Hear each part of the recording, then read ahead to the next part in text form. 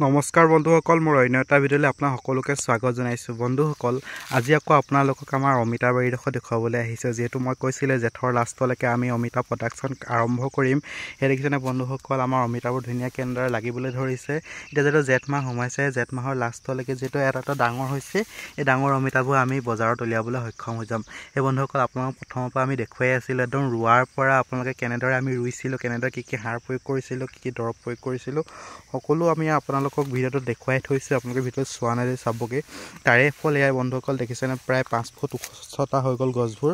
আৰু গুৰিবোৰ দেখিছেনে কিমান শকত হৈ আহিছে। যিটো সৰু সৰু গুৰি হ'লে পাছত গুৰিবোৰ কি হৈ যায়, অমিতা গছবোৰ বাগৰি যায়। কিন্তু ইয়াত মানে দেখিছেনে ইমান সুন্দৰভাৱে গোটেই গছবোৰ গ্ৰোথ লৈছে। যিটো আমি ইয়াত বহুত কষ্টও কৰি থোৱা আছিলে, যিটো কোৰো 2বাৰ 3বাৰ মাৰিবলগীয়া হৈছে। বহুতে কোৰ নামাৰাৰ কাৰণে তেওঁলোকৰ অমিতাডোখৰ সিমান ফল পাবলৈ সক্ষম নহয়। এয়া বন্ধুসকল দেখিছেনে আমি বহুতো কষ্ট কৰিছিলোঁ, সেই কষ্টৰ ফল এয়া অমিতা দেখিছেনে এয়া ডাঙৰ হৈ গ'ল। আৰু 20 দিনত এইটো অমিতা আমি চেল কৰি দিম বজাৰত। যিহেতু এতিয়া প্ৰথমতে দামো বহুত পাই যায়।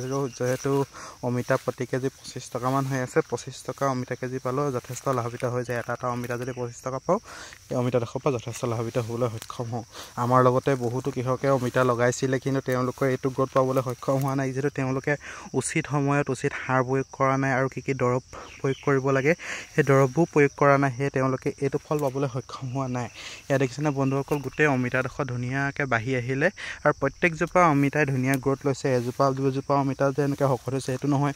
দেখিছেনে প্ৰত্যেকজোপা অমিতা গছৰ গুৰিয়ে শকত হৈছে আৰু গছবোৰ পুৰঠ হৈ উঠিছে।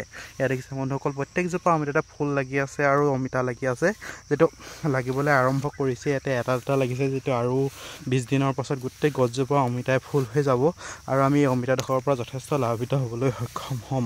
ইয়াৰ কেইদিনমানৰ পাছতে এতিয়া আকৌ আমি সাৰ এবাৰ প্ৰয়োগ কৰিম। যিটো সাৰ দিয়া এমাহমানেই হৈ গ'ল, এমাহৰ আগতে সাৰ দিয়া, এতিয়াতো সাৰ দিয়াই নাই। এতিয়া আকৌ ফুলবোৰ যিটো ফুলিছে, এই ফুলবোৰ আৰু বেছিকৈ ফুলিবৰ কাৰণে আৰু আমি দুটামান সাৰ প্ৰয়োগ কৰি সেই সাৰ দুটা আপোনালোকক দেখুৱাম।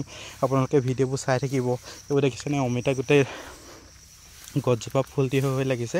আপোনালোকে এইটো ফল পাবলৈ হ'লে আপোনালোকে আমি প্ৰথমৰ পৰা কিদৰে অমিতা গছবোৰ খেতি কৰিছিলোঁ, কিদৰে গ্ৰোথ ল'বৰ কাৰণে কিদৰে আমি কোৰ মাৰিছিলোঁ, কিদৰে আমি সাৰ প্ৰয়োগ কৰিছিলোঁ, গোটেই ভিডিঅ'টো আপোনালোকে চাব।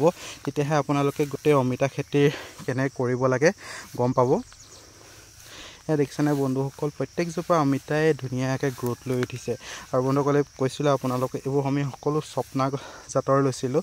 যিটো ৰেড লেডি আমাৰ ইয়াত প্ৰডাকশ্যন অকণমান কম হয় কাৰণে আমি স্বপ্না লৈছোঁ। স্বপ্না গছৰ গুৰিটো আৰু গছজোপা যথেষ্ট ডাঙৰ হয় আৰু পাছত যেতিয়া অমিতা ভিৰ হৈ যায়, সেই অমিতাৰ ভিৰত গছজোপা বাগৰি নাযায়। ইয়াত দেখিছেনে বন্ধুসকল, প্ৰত্যেকজোপা অমিতাতে ফুল ফুলিছে আৰু প্ৰত্যেকজোপা অমিতাই শকত হৈছে।